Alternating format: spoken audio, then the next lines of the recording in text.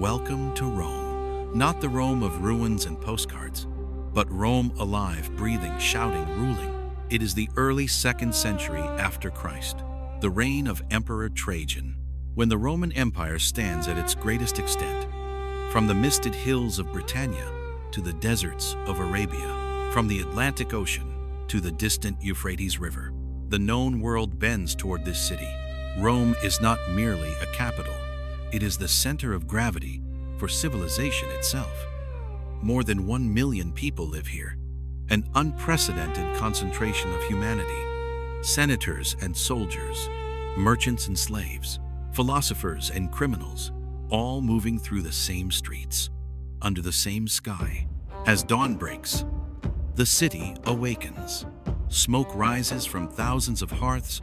Bakers begin their work before sunrise, kneading dough that will feed the masses. Fresh water pours into public fountains, carried across miles of countryside by aqueducts. Among the greatest engineering achievements of the ancient world, slaves move swiftly through the streets, bearing amphorae of oil, wine, and garum. Shopkeepers lift their shutters. Iron-rimmed wheels grind against stone streets, worn smooth by centuries of use. Rome is loud. Rome is crowded. Rome is alive. The streets are narrow, hemmed in by towering apartment blocks, known as insulae. These buildings house the majority of the population. The wealthy live closest to the ground. The poor climb higher, where fire, collapse, and disease are constant threats. There is no running water here, no sanitation. Life in Rome is unequal, and everyone understands it. Yet all paths eventually lead to the Forum.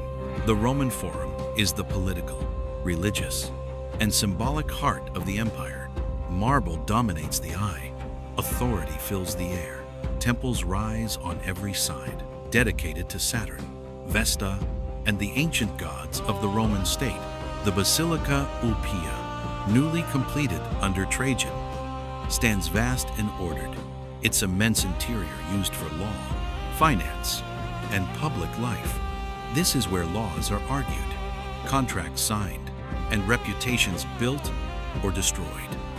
Statues of emperors gaze down from every direction, reminders that power here is neither distant nor abstract. Rome is not a city of white stone. Its buildings are painted, its reliefs are gilded, color is deliberate. Authority is visual. From the Forum, a distant roar becomes impossible to ignore. The Colosseum dominates the eastern city, a vast arena of stone and concrete.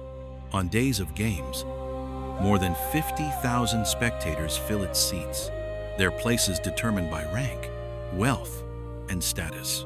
Beneath the arena floor lies a maze of tunnels, lifts, and cages, the hypogeum. Animals from across the empire are raised into the light.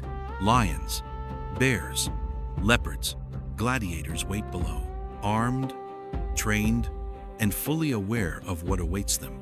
These spectacles are not disorder, they are ritual. Violence here is structured, symbolic, and sanctioned by the state. But Rome is sustained by more than spectacle. By midday, citizens gather in the great public bath complexes. Under Trajan, bathing is not luxury, it is routine. Men exercise, bathe, debate politics, exchange rumors, and conduct business. Beneath vaulted ceilings of marble and mosaic, beneath the floors, hypocauste systems circulate heat. Powered by fire and unending labor, Rome runs on engineering as much as conquest. Beyond the city walls, soldiers train without rest. Discipline is absolute. Equipment is standardized. Formations move as one. The legions ensure that Rome remains peaceful because its borders are not.